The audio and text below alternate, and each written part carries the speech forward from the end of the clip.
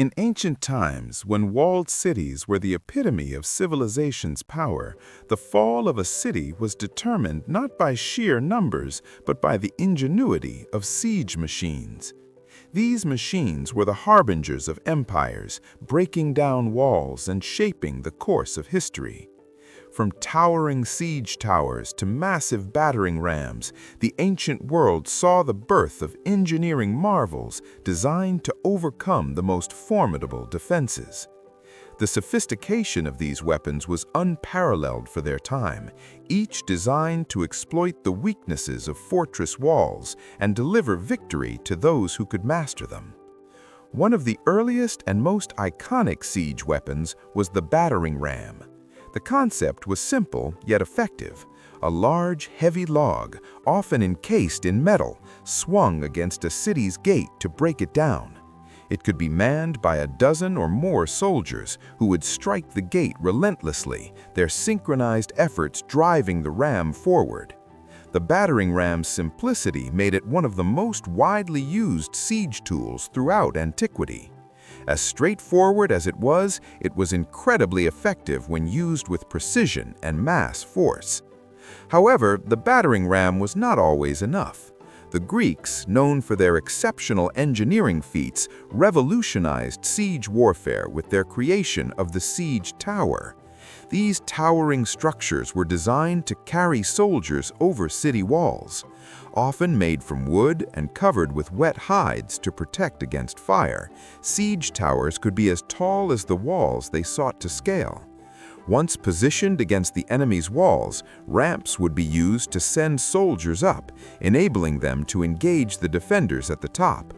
The most famous siege tower in history was used during the siege of the Persian city of Sardis in the 6th century BCE, where the Persians employed such towers to breach the city's fortifications. The most advanced siege engine, however, came from the minds of the Romans. They introduced the onager, a type of catapult used for launching stones, fire, and even corpses into the heart of a besieged city. This powerful engine could throw projectiles hundreds of meters, breaking through fortifications or causing chaos within the enemy's ranks. The Romans were meticulous in their designs, and the onager was a result of years of trial and error.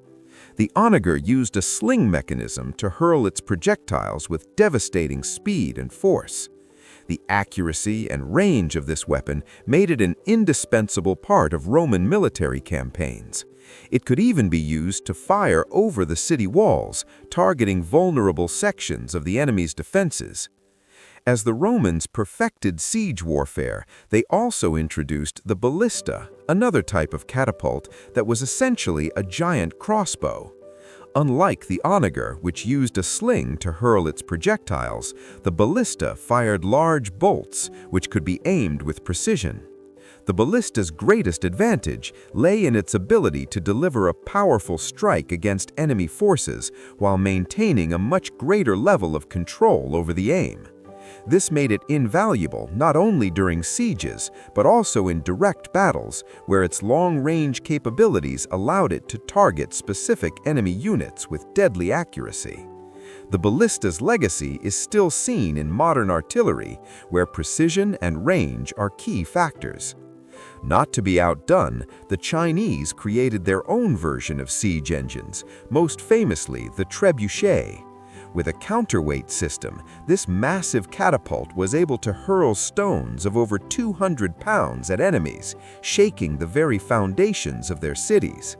The trebuchet's design was a significant leap in the destructive power of siege machines.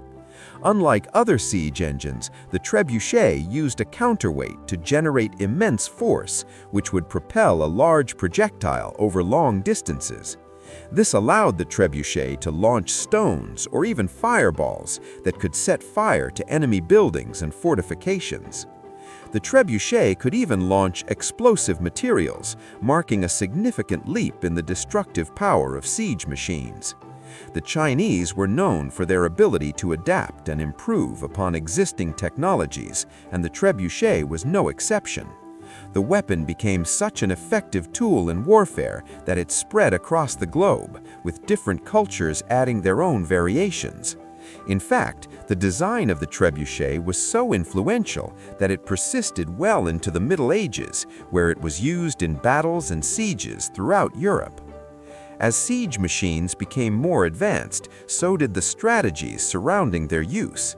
The concept of psychological warfare was introduced, where armies would use siege machines not just to break down walls, but to demoralize the enemy.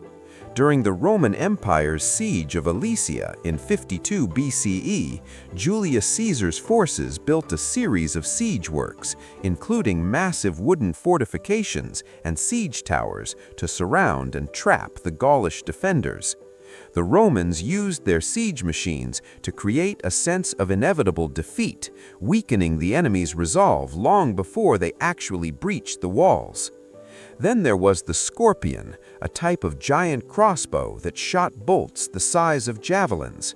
Used both for long-range attacks and close combat, the scorpion was particularly effective in defending against enemy siege weapons while causing great damage to infantry. With its precision, it became an important fixture on the battlefield and at siege fronts. The scorpion was capable of launching its bolts with such force that it could pierce armor and strike down multiple targets with a single shot. It was used not only in sieges, but also in naval warfare, where its power and accuracy could sink ships or disable enemy vessels.